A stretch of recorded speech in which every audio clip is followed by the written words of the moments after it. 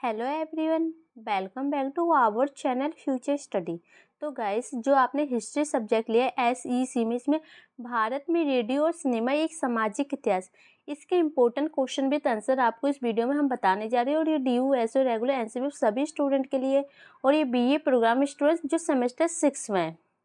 तो एक चीज़ देखिएगा गाइस, हमने इसके अकॉर्डिंग जो पूरे आपके सिलेबस के अकॉर्डिंग हमने इसमें 20 इंपॉर्टेंट क्वेश्चन विद आंसर की PDF तैयार की है। अगर किसी भी स्टूडेंट को इस PDF को परचेज करना है तो आप व्हाट्सअप नंबर पर मैसेज कर सकते हैं। सिर्फ आपको इस PDF को 50 रुपये में सेंड कर दिया जाएगा। आपको एक स्कैनर दिया जाएगा जिस पर आप 50 रुपये पे करके इस PDF को ले सकते हैं। और ये जो PDF है सिर्फ हिंदी मीडियम स्टूडेंट के लिए PDF होने जा रही है। अगर आपके सिलेबस की बात की जाए तो देख सकते हैं टोटल आपके सिलेबस के अकॉर्डिंग यहाँ पर 4 यूनिट है। इसके अकॉर्डिंग आपको इसमें 3 चैप्टर है, और इसमें जो आपका थर्ड यूनिट है इसमें 2 चैप्टर है। फिर ये आपका सेकंड यूनिट है, ये 4 यूनिट है। तो मान के चलिए आपके अकॉर्डिंग हमने हर यूनिट के अकॉर्डिंग आप 5 क्वेश्चन मान के चल सकते हैं। पूरे आपके सिलेबस की क्वेश्चन पेपर की बात की जाए टोटल 8 क्वेश्चन आते हैं, जिसमें से आपको 4 क्वेश्चन अटेंड करने होते हैं। हमने 20 क्वेश्चन बताया, उसमें से आपके 8 क्वेश्चन आ सकते हैं और 4 क्वेश्चन आप इजीली पास आउट कर सकते हैं करके। और ये 99% चांस ये सब क्वेश्चन आएंगे, क्योंकि ये प्रीवियस ईयर के क्वेश्चन है, प्लस आपके सिलेबस के अकॉर्डिंग सारे क्वेश्चन, और इसी टाइप के क्वेश्चन आपके पेपर में देखने को जरूर मिलेंगे। ठीक है, तो चलिए हम सबसे पहले देखिए, इसमें हम आपको बताएंगे कि क्वेश्चन क्या है। 20 क्वेश्चन बताएंगे, क्वेश्चन को किस टाइप से लिखा है, प्लस PDF में जो आंसर है किस टाइप से लिखे हैं। फिर आने वाली जो हमारी नेक्स्ट वीडियो में क्वेश्चन विद आंसर एक्सप्लेन की जाएगी, इसमें सिर्फ क्वेश्चन की बात की जा रही है। क्वेश्चन आपको पता होना चाहिए कि पेपर में किस टाइप से आते हैं और किस टाइप से पूछे जाएंगे, कौन से इंपॉर्टेंट है। और जिसके आगे मोस्ट इंपॉर्टेंट लिखा है, ये वाले क्वेश्चन आपके बहुत ज़्यादा इंपॉर्टेंट और ये आने के चांस है। ठीक है, तो ये देखिए यहाँ पर एक क्वेश्चन लिखा है जो कि अलग अलग टाइप से लिखे गए हैं। तो इसमें से कोई सा भी आपके पेपर में एक क्वेश्चन आ जाएगा। ये सभी क्वेश्चन का आंसर जो सेम है, लेकिन जो पूछने का तरीका है ना, क्वेश्चन को थोड़ा थोड़ा सब में घुमाया गया है। ठीक है, तो देखते हैं। भारत में रेडियो के विकास के प्रारंभिक चरणों की चर्चा करो और युद्ध के बीच की अवधि में रेडियो प्रसारण के विकास को बताइए। 1947 तक भारत में रेडियो प्रसारण के उद्भव, विकास एवं विस्तार की चर्चा करें। भारत में रेडियो प्रसारण की शुरुआत कैसे हुई? स्वतंत्रता प्राप्ति से पहले भारत में रेडियो प्रसारण के इतिहास की चर्चा कीजिए। 1920 से 1947 तक भारत में रेडियो प्रसारण के विकास और विस्तार की चर्चा कीजिए। तो इसमें आप सभी क्वेश्चन देखें कि एक ही टाइप से इसमें पूछने का तरीका अलग है। इसमें सिर्फ यही पूछा जा रहा है कि जो स्वतंत्रता से पहले जो भारत में रेडियो कैसे आया, उसका विकास कैसे हुआ, उसका इतिहास क्या है, तो वो आपको बताना है। ठीक है, क्वेश्चन समझ में आ गया होगा। आंसर देखिए, सबसे पहले आपको परिचय लिखना होता है। फिर आपको जो इसकी शुरुआत के पहले की बतानी है, 1947 तक की कैसे कैसे विकसित हुआ है। फिर उसके बाद के विस्तार बतानी है, विकास बतानी है। पॉइंट टू पॉइंट आंसर मिलेंगे। फिर स्वतंत्रता से पहले की जो बात की गई थी, और फिर निष्कर्ष। इस टाइप से आपको क्वेश्चन विद आंसर देखने को इस PDF में मिलेंगे। आप सेकंड क्वेश्चन देखिए, औपनिवेशिकवाद क्या है? भारतीय समाज पर औपनिवेशिकवाद के प्रभावों का वर्णन कीजिए। और जिसके आगे इंपॉर्टेंट नहीं लिखा, ये कम चांस है इसके पेपर में आने के, लेकिन ये भी इंपॉर्टेंट है। ठीक है, फिर इसके बाद क्वेश्चन आपका थर्ड बनेगा, जो कि आपका चैप्टर सेकंड है, इसके अकॉर्डिंग है। तो ये क्वेश्चन देख सकते हैं। इसके अकॉर्डिंग आपको देखिए, जो भारतीय अखिल रेडियो है उसके विकास के बारे में आपको बताना है, इन दोनों का कि जो विकास कैसे हुआ है। ठीक है, इसके बाद जो नेक्स्ट क्वेश्चन देखिए, राष्ट्रीय विकास में रेडियो की भूमिका से आप क्या समझते हैं? व्यावसायिक प्रशासन से आपका क्या समझते हैं, विवेचना कीजिए। तो इन दोनों से आप समझते क्या है, इसके बारे में आपको बताना है।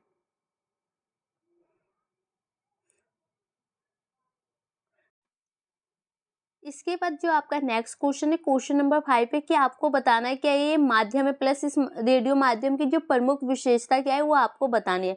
तो जो फर्स्ट पॉइंट है, इसका आंसर आपको ये देखने को मिल जाएगा। फिर रेडियो जो माध्यम है उसकी विशेषता क्या है, तो उसके अकॉर्डिंग आपको नीचे करेंगे, ये वाले पॉइंट देखने को मिल जाएंगे। तो इस टाइप से आपको क्वेश्चन भी आंसर मिलेंगे। अब देखिए, आपका चैप्टर इसी का थर्ड है, मोस्ट इंपॉर्टेंट क्वेश्चन है और ये आपके पेपर में आ सकता है। तो देखिए, भारत छोड़ो आंदोलन के दौरान कांग्रेस रेडियो की संक्षिप्त एवं भूमिगत गतिविधियों पर चर्चा करें। भारत छोड़ो आंदोलन के दौरान कांग्रेस रेडियो के विकास का वर्णन कीजिए। भूमिगत कांग्रेस रेडियो ने भारत के स्वतंत्रता संग्राम में एक छोटी लेकिन महत्वपूर्ण भूमिका निभाई, टिप्पणी करें। और इसी में एक और क्वेश्चन है, 1942 में कांग्रेस रेडियो की शुरुआत कैसे हुई? भारत छोड़ो आंदोलन के दौरान लोगों में देशभक्ति की भावना फैलाने में इसके योगदान पर प्रकाश डालिए। तो आपको यही आएगा, क्वेश्चन पूछा जाएगा कि जो भारत छोड़ो आंदोलन के दौरान जो कांग्रेस रेडियो की भूमिका क्या है, प्लस उसका विकास कैसे हुआ, वो आपको बताना है इस क्वेश्चन के अंदर।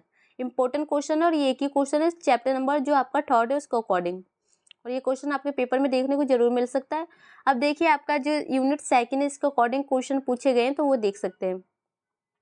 आकाशवाणी से आप क्या समझते हैं? आकाशवाणी की अन्य सेवाएं, आकाशवाणी के कार्यक्रम, योजना या निर्माण का वर्णन कीजिए। इसके बाद जो नेक्स्ट क्वेश्चन है आपका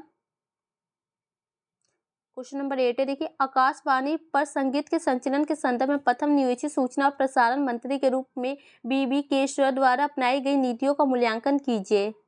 फिर क्वेश्चन 9 है जो इस चैप्टर का इम्पोर्टेंट है, यूनिट 2 का, देखिए शास्त्रीय और लोकप्रिय फिल्मी संगीत पर बीबी केशवर के विचारों का प्रशिक्षण कीजिए। क्या आपको लगता है कि भारतीय श्रोताओं के बीच में रेडियो सिलिकॉन की लोकप्रियता विभिन्न भक्ति की स्थापना के पीछे के प्रमुख कारण थी? फिर ये देखिए जो 1952 से 1957 तक आकाशवाणी पर शास्त्रीय संगीत को लोकप्रिय बनाने के संदर्भ में भारत सरकार द्वारा अपनाई गई प्रमुख नीतियां क्या थी? इन उपायों पर कलाकार, श्रोता और राजनीतिक नेताओं की प्रतिक्रिया को भी उजागर करें। 1950 के दशक के दौरान रेडियो में शास्त्रीय संगीत को लोकप्रिय बनाने के संदर्भ में भारत सरकार द्वारा अपनाई गई प्रमुख नीतियां क्या थी? श्रोताओं ने इन पर कैसी प्रतिक्रिया दी? तो ये क्वेश्चन एक ही है गाइस, ये इंपॉर्टेंट क्वेश्चन है, क्वेश्चन नंबर 9। ठीक है, तो इस टाइप से आपको आंसर भी मिलेगा। क्वेश्चन नंबर 10 देखिए शास्त्रीय संगीत और लोकप्रिय संगीत क्या है? शास्त्रीय संगीत और लोकप्रिय संगीत में अंतर स्पष्ट कीजिए। इन दोनों में अंतर आपको बताना है। फिर आपका देखिए यूनिट 3rd है उसका चैप्टर 1 का मोस्ट इंपोर्टेंट क्वेश्चन है 11, स्वतंत्रता प्राप्ति तक भारत में सिनेमा के विकास यात्रा पर चर्चा करें। 1947 तक भारतीय सिनेमा की यात्रा की चर्चा करें।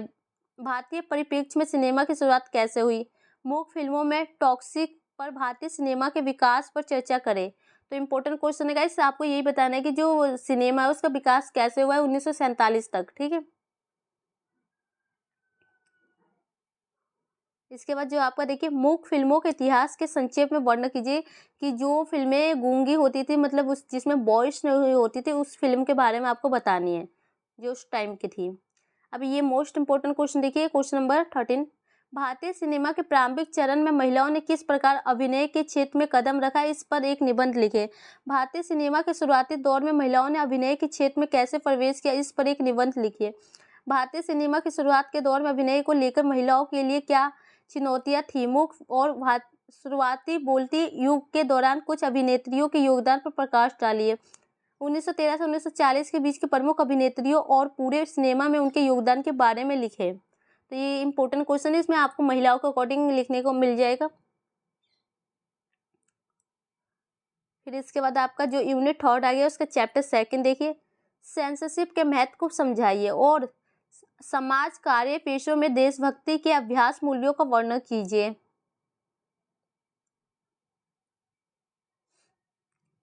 भारतीय सिनेमा पर औपनिवेशिक सेंसरशिप के प्रभाव का प्रशिक्षण कीजिए। औपनिवेशिक में सेंसरशिप को समझाइए। संगीत शैली से आप क्या समझते हैं, समीक्षा कीजिए। और गायन शैली के कितने प्रकार हैं, उन सभी की व्याख्या कीजिए।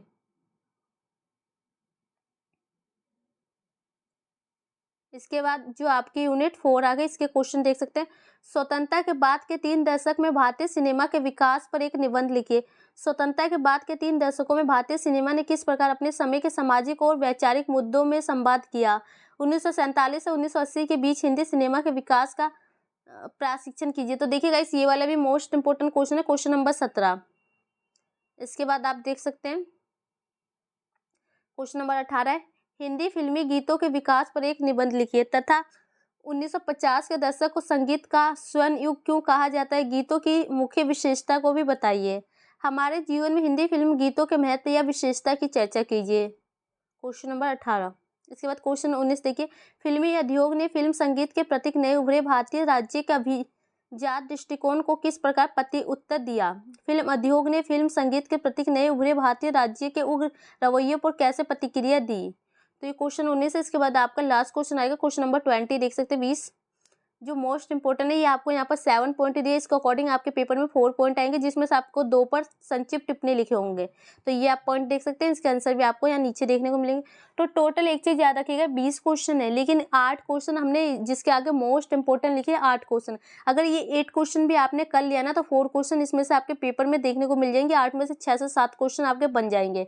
तो आप 4 क्वेश्चन करके पास आउट हो सकते हैं। तो जिसके आगे मोस्ट इंपॉर्टेंट लिखे आप वो भी क्वेश्चन कर लेते हैं, 20 में से 8 क्वेश्चन भी, तो आपके पेपर में 4 क्वेश्चन तो बन ही सकते हैं उसमें से। ठीक है, तो वीडियो अच्छी लगी तो लाइक से कीजिएगा। ये देखिए इसके टिप्पणी के अकॉर्डिंग पॉइंट आपको देखने को मिल जाएंगे।